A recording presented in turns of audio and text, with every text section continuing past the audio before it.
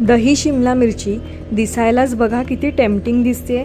तर ह्याच्यासाठी आपल्याला इथे छोट्या आकाराच्या अशा 4 शिमला मिरची मी इथे घेतलेल्या आहेत।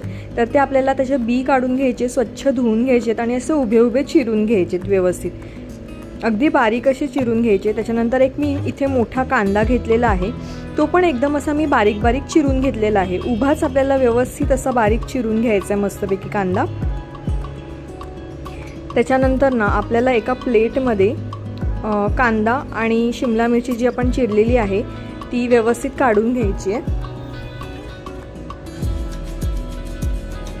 त्याच्यावरती आपल्याला थोडीशी हळद घालून घ्यायची आहे, आगरी कोळी मसाला घालून घ्यायचा आहे, मालवणी मसाला घालून घ्यायचा आहे आणि गरम मसाला घालून घ्यायचा आहे आणि व्यवस्थित आपल्याला हाताने सगळा मसाला त्याच्यामध्ये कोट करून घ्यायचा आहे।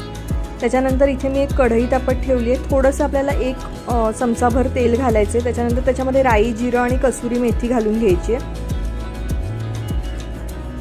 ते व्यवस्थित तडतडलं ना की आपण जे मसाल्यांनी कोट केलेला कांदा आणि शिमला मिरची आहे ते आपल्याला त्याच्यामध्ये टाकून घ्यायचं आहे आणि इथे मी 1 मोठा चमचा असं बेसन घालून घेते आणि आपल्याला ते व्यवस्थित असं परतून घ्यायचं आहे। जे बेसन आहे ना ते त्या व्यवस्थित शिमला मिरची कांद्याला आणि मसाल्याला व्यवस्थित लागलं पाहिजे आणि त्याच्यानंतर चवीपुरतं आपण मीठ घालून घ्यायचं आहे आणि व्यवस्थित पुन्हा एकदा परतून घ्यायचं आहे। त्याच्यानंतर दही शिमला मिरचीचं मेन इन्ग्रेडियंट म्हणजे दही। तर इथे मी ना मीडियम आंबट असं दही घेतलेलं आहे।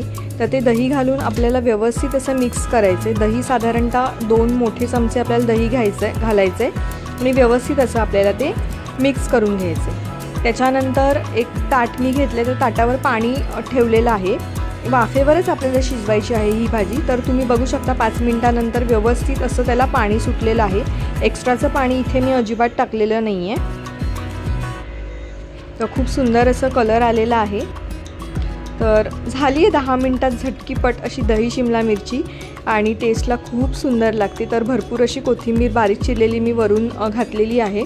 तर तुम्ही बघू शकता कलर किती सुंदर आलेला आहे आणि बेसनामुळे आणि दह्यामुळे त्याचं टेक्स्चर पण खूप सुंदर आलेलं आहे।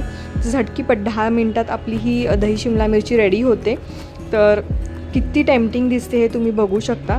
तर इथे मी सर्वसुद्धा केलेला आहे, दही शिमला मिरची, डाळ, चपाती आणि थोडीशी कढीपत्त्याची चटणी। तर तुम्ही बघू शकता की रंग आणि टेक्स्चर किती सुंदर आलेलं आहे। तर ही रेसिपी तुम्हाला कशी वाटली हे मला नक्की सांगा। Thank you so much.